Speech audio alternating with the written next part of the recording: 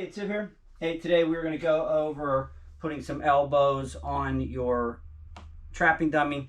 And the way we're going to do this is we'll cut these lines from outside on the very tip to inside where I'm just skipping off of the appendage. Just like that. Now I can ride a sliding leverage pair in here too if I want to, but I don't really need to. It's just as soon as I make contact.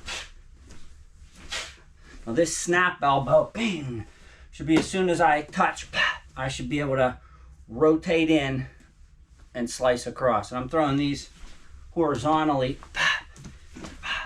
and I can test the distance right before I go. I can gunt it or slap the limb, bing.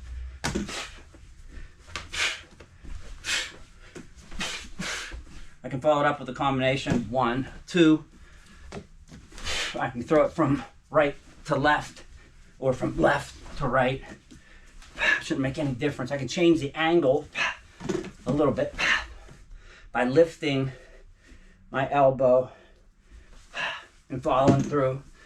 Now you'll notice my cover hand sometimes is out here probing around, trying to set up the leverage advantage or the range probing. Sometimes I'm looking for holes or pockets, bing, that I can slip in. I can find pressure, then I can apply the elbow. So I could be probing through my sectors, just making X's. That's the outside of my forearm or the inside of my forearm in tandem. So I'm making an X because I'm drawing each time that I do that. I'm setting up the draw, bang, and then I can elbow. When I make first contact with someone's hands, I might want to make this little X because it tells me right away where they're open. If they try to pull their hands up to cover, then I'm feeling around, looking whether I got to smash their forearm or I can slip a back.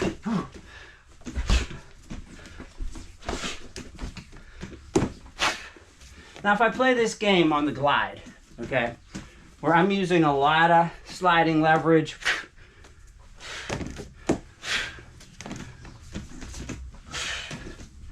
which is just me riding a limb so that I can control any kind of strike that might be coming at him or any kind of reaching or grabbing. I'm just controlling it out of my way for a second so I can cut back against the grain. And I'm doing that with my cover guard, assuming that I might run into something else. A person might retract their arm and they might try to hit with the other arm. So I'm taking this into consideration. This can lead right into the next shot that I throw. That's why I make this X pattern of sectoring comfortable.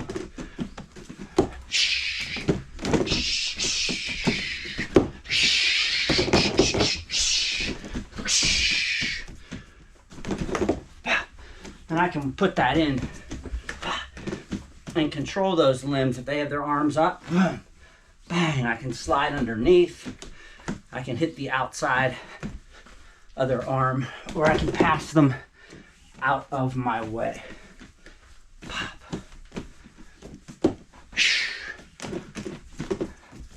If I change the depth,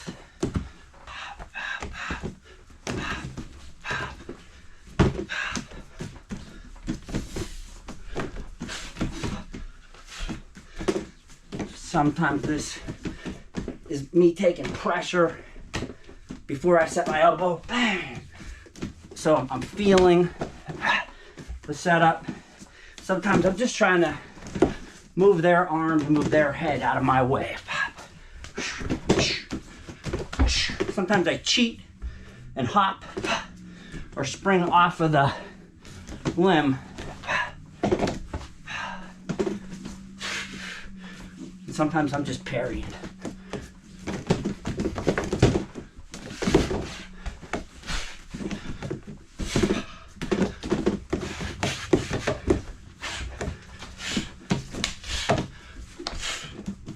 And that is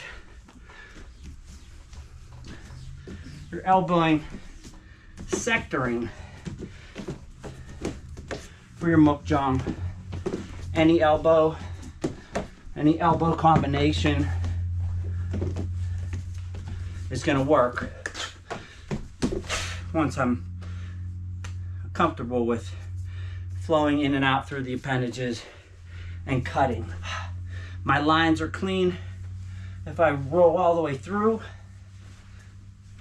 and I angle properly, I shouldn't have any problems.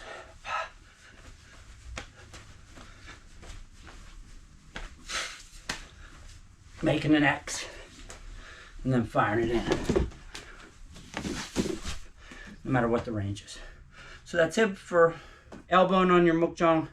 Hope that helps you out, helps you feel the flow, see that it's in there, and then be able to get in there and fire elbows without smashing all the time, but smashing, if you have control, can be a lot more safe and a lot more fun when you do decide to smash. The rest of the time, you can just find your references and move smoothly.